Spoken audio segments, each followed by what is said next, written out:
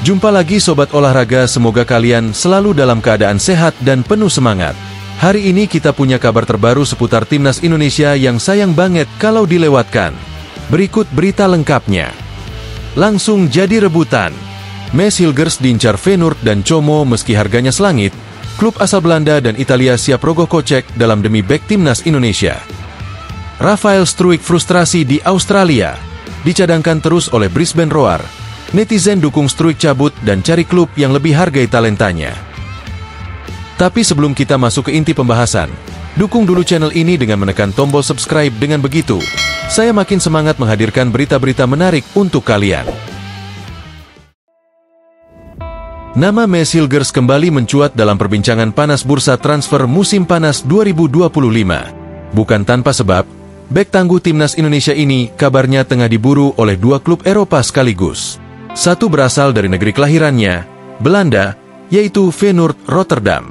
Satunya lagi datang dari Italia, klub ambisius yang baru promosi ke Serie A, Como 1907. Kedua tim ini tampaknya siap bersaing ketat demi mengamankan tanda tangan pemain bertahan andalan FC Twente tersebut. Meskipun kontrak Hilgers bersama Twente masih berlaku hingga pertengahan 2026, suasana internal klub menyeratkan sinyal kuat bahwa sang pemain bisa saja dilepas dalam waktu dekat. FC Twente, seperti banyak klub Eredivisie lainnya, tengah berada dalam tekanan finansial. Menjual pemain menjadi solusi yang tak bisa dihindari, dan Hilgers termasuk dalam daftar prioritas yang kemungkinan akan dijual demi menyeimbangkan neraca keuangan klub. Satu hal yang membuat transfer ini tak semudah membalikkan telapak tangan adalah nilai jual Hilgers yang tergolong tinggi. Berdasarkan laporan pasar terkini, harga jual bek berusia 23 tahun itu diperkirakan berada di kisaran 9,1 juta euro. Jika dikonversi ke rupiah, nilainya tembus lebih dari 160 miliar. Angka yang tak main-main, terutama untuk ukuran pemain asal Indonesia.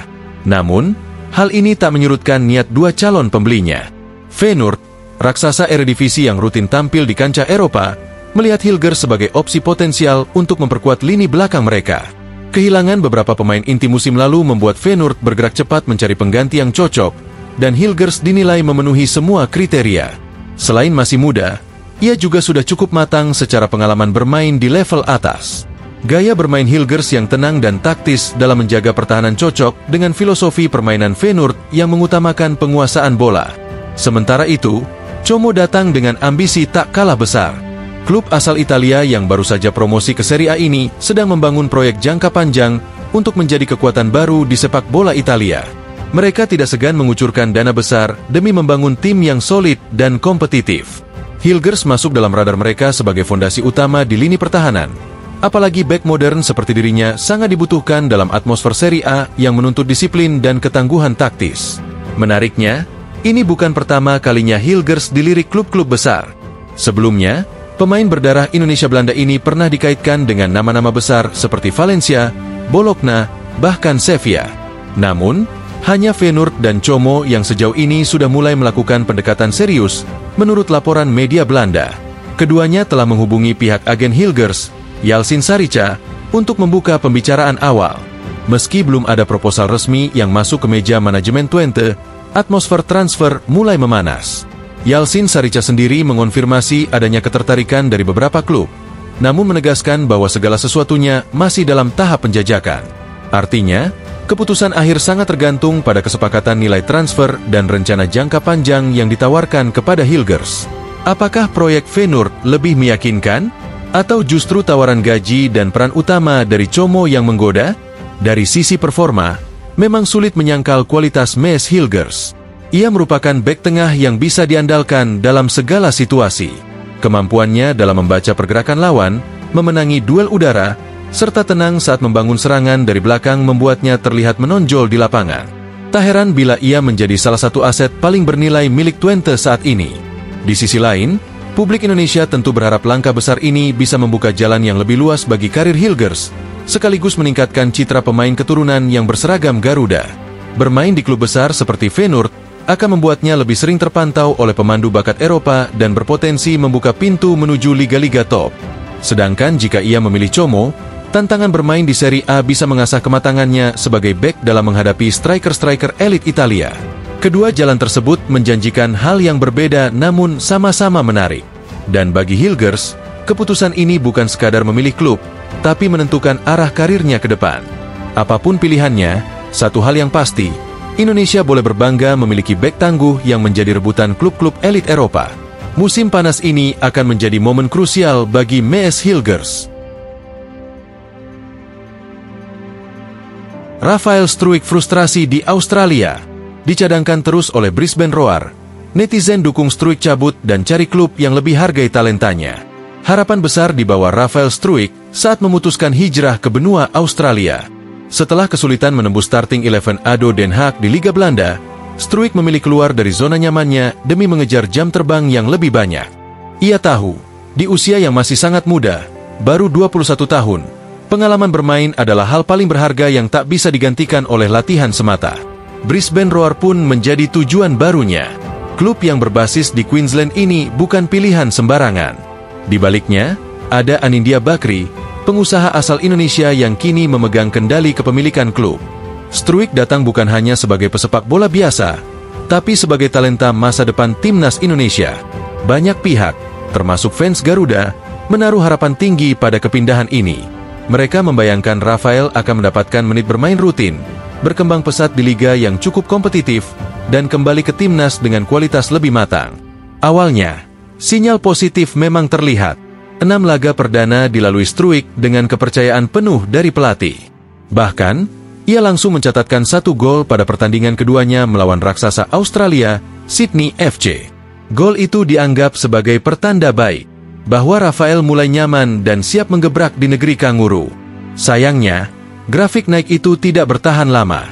Ketika kepercayaan sedang dibangun, datanglah panggilan dari timnas Indonesia.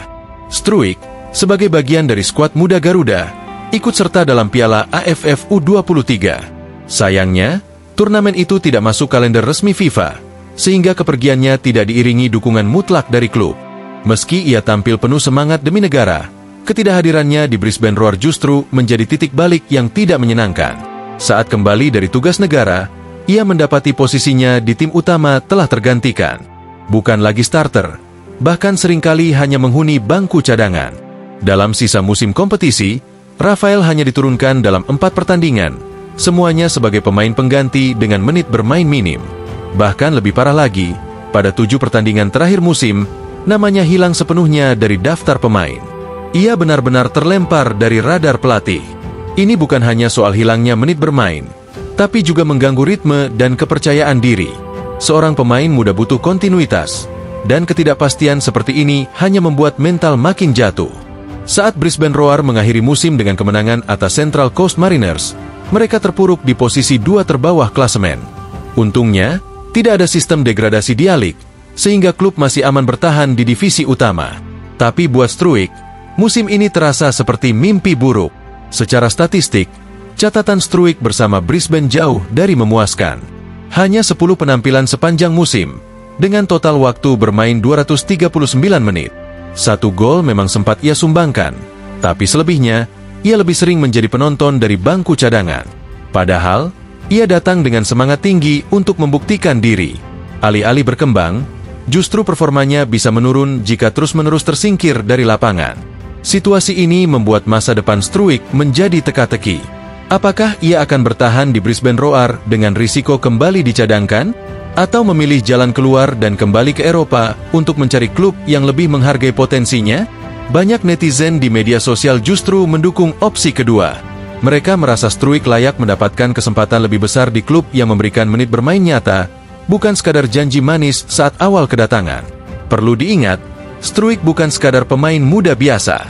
Ia sudah membela timnas Indonesia senior di beberapa ajang, dan punya prospek cerah untuk menjadi bagian penting dalam proyek jangka panjang Garuda. Jika talenta seperti dia terus-menerus diparkir, maka itu bukan hanya merugikan karir pribadinya, tapi juga potensi besar yang bisa dimaksimalkan untuk masa depan sepak bola Indonesia. Pihak manajemen Brisbane Roar, terutama Anindya Bakri, harus melihat situasi ini secara jernih. Struijk bukan sekadar pemain ekspor, tapi aset bangsa. Jika memang tidak ada rencana untuk menjadikannya bagian utama dari proyek klub musim depan, maka lebih baik mendiskusikan solusi terbaik bagi semua pihak. Entah itu dengan meminjamkan, menjual, atau bahkan membantu mencarikan klub yang bisa memberikan lingkungan lebih kompetitif. Bagi Struijk sendiri, keputusan besar ada di tangan. Bertahan dan terus menunggu kesempatan yang belum tentu datang, atau mengambil langkah baru demi menyelamatkan masa depan karir yang masih sangat panjang? Satu hal yang pasti, dunia sepak bola adalah tentang momentum, dan seorang pemain tidak bisa berkembang jika terus duduk di pinggir lapangan. Saatnya Struijk memikirkan langkah berani berikutnya, sebelum terlambat. Nah, itulah pembahasan kita kali ini. Semoga bisa menambah wawasan dan memberikan informasi yang bermanfaat untuk kalian semua. Jangan lupa terus dukung channel ini dengan like, share, dan subscribe agar kami semakin semangat menghadirkan konten menarik lainnya. Sampai jumpa di video selanjutnya. Tetap semangat dan dukung terus sepak bola Indonesia. Terima kasih.